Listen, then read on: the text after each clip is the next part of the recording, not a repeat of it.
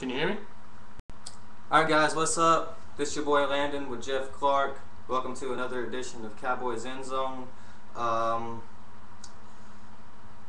Just a couple things here to start off with. I got a webcam. I got one of those USB ones for the laptop that I have that doesn't have a built-in one.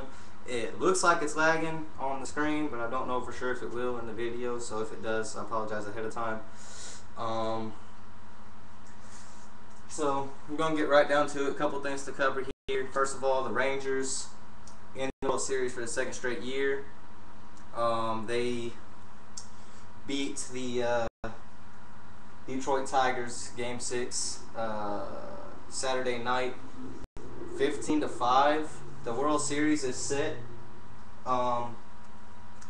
We will be playing the St. Louis Cardinals. We'll be in St. Louis Wednesday night for Game 1 of the World Series. St. Louis blowing out the Milwaukee Brewers to close out that series in their Game 6 Sunday night. The final score of that game was 12-6. So both of our bats are on fire, and really looking forward to that. MVP was Nelson Cruz. I don't think anybody was really surprised by that. Of course, Nelson Cruz did get the record. 6 home runs in that ALCS.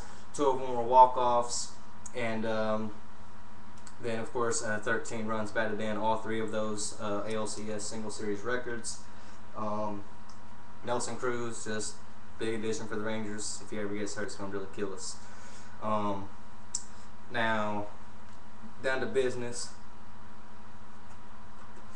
Patriots 20, Cowboys 16.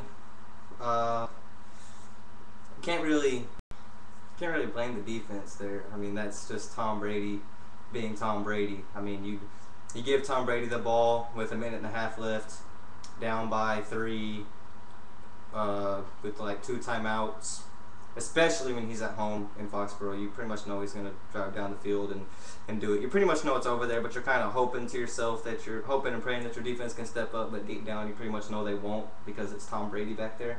Well, it's like you're saying, it's Tom Brady. I mean, a man that throws over 900 yards in 2 games, it kind of says it all. It doesn't matter what defense you have. It doesn't matter if you have the #1 defense. Tom Brady's Tom Brady. He's going to do it, and nothing's going to stop him. I agree. I completely agree. Tom Brady now, the New England Patriots 20-0 at home when they have Tom Brady behind center.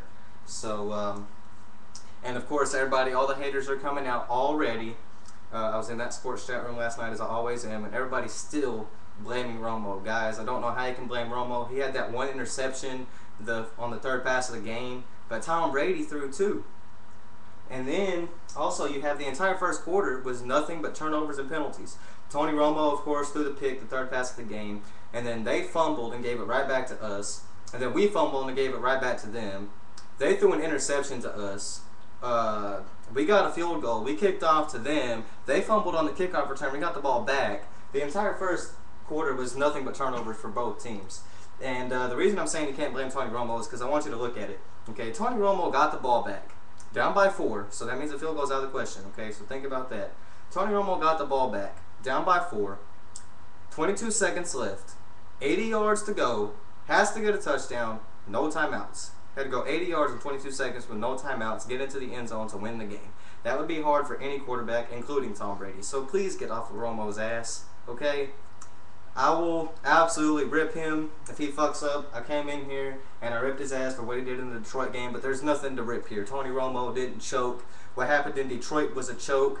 This was not a choke. This was just Tom Brady being Tom Brady. So let up on the Romo hating a little bit, guys. For once, it wasn't his fault this week. We got the Rams. We got the Rams at home next week. They haven't won shit all year. They're still winless. Which, I should say, that should be a very easy game to win. And for all you haters, if for some reason Romo does lose this game, then yes, you have a reason to be on his ass. Otherwise, get off. I mean, I'm one of Romo's biggest supporters. You know, I'll come in here every single week and say that I believe in him 100%. I think he's the guy to get the job done, and I still do, even after what happened against Detroit 3 weeks ago. But like I said, at the same time, if he fucks up, I'll absolutely rip his ass for it. I'm not going to make excuses for him. I don't make excuses for anybody. If we lose, which we did, I'll be right here, like I am, saying we lost. Congrats, Pats. Y'all were the better team. I kind of had a feeling that that was the way this video was going to go down. Congratulations to the Cowboys. Congratulations to Tony Romo and everybody. And here's the reason I'm saying that. Yes, we lost, but this is the game that they were calling Pats by 50 points. People were predicting a Patriots blowout, that we didn't have a chance. We were in New England. The Patriots, every game this season, I don't know if you know this, every game this season until this past Sunday, the Patriots offense got at least 30 points. We held them to 20. Our defense stood up and held the Patriots offense to the least amount of points that they've ever gotten all season. So our defense stepped up. Our offense kind of struggled against their defense a little bit, which was surprising because the Patriots defense is ranked near last in the league, and but our defense is ranked number 4 in the league, and they definitely lived up to the expectations, except for that last drive before. So once again, you give Tom Brady the ball in that situation, 99.9% of the time he's going to come through, unless it's against the Jets in the playoffs. We all know the story there. So just a quick recap: we lost, but I still feel good about the game because we proved a point to a lot of people. They're not going to go down easy, even against the Pats in New England. We're still a force to be reckoned with. We're still a high-powered team, and you guys better look out for the Cowboys this year because I promise you we're coming.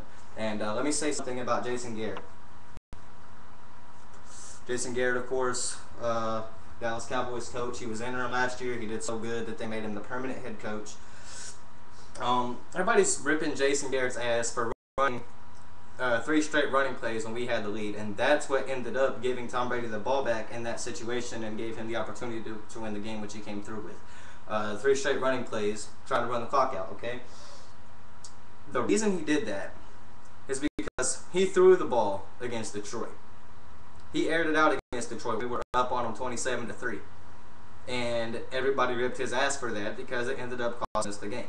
So if you were a coach and you threw the ball with a 27-3 lead and you had the entire fan base of that team criticizing you for it, what would you do the next go around? You got the lead, run the ball.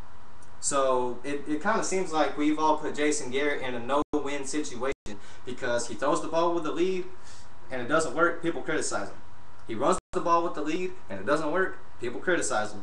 You've got to let off on the coaching a little bit. Yes, I question the play calling a little bit myself, but you got to question the execution too, because even with throwing the ball with a 27-3 lead, we got that 27-3 lead. That shows we can throw the ball. So they should have been able to execute. So that's not all on Jason Garrett. The players still should have been able to execute. And even Sunday against New England, our running back should have been able to come through for us and get first downs against the last ranked defense in the league, and they couldn't. So it's not all on Jason Garrett. He was trying to avoid further criticism by doing the exact same thing that he did before. He was trying to change it up.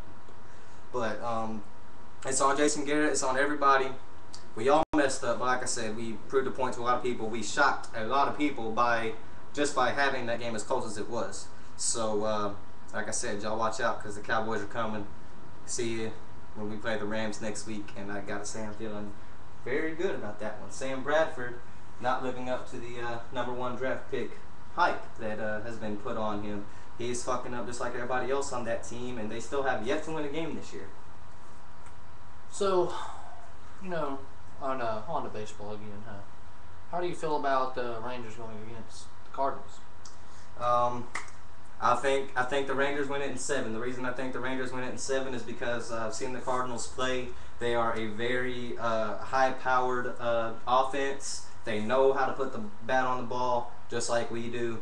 I don't think it's going to be a battle of pitching at all. I think it's going to be a battle of batting. I think it's going to be a lot of games with a lot of runs scored. Should be exciting to watch, but I'm taking the Rangers in 7. Well, guys, the only thing I have to say on that is sit back, enjoy the ride as we cruise right through this World Series. Alright, that's it. Rangers in the World Series, 2nd straight year. Arlington is the place to be if you like titles. We got the Mavs, now we got the Rangers, and I gotta say I'm feeling pretty good about the Cowboys coming through too. We're gonna get out of here. This is Landon with my boy Jeff Clark as the co-host. Thank you for joining us for another edition of Cowboys End Zone. We're gonna get out of here now. See you next week in St. Louis. Peace. How about them Cowboys?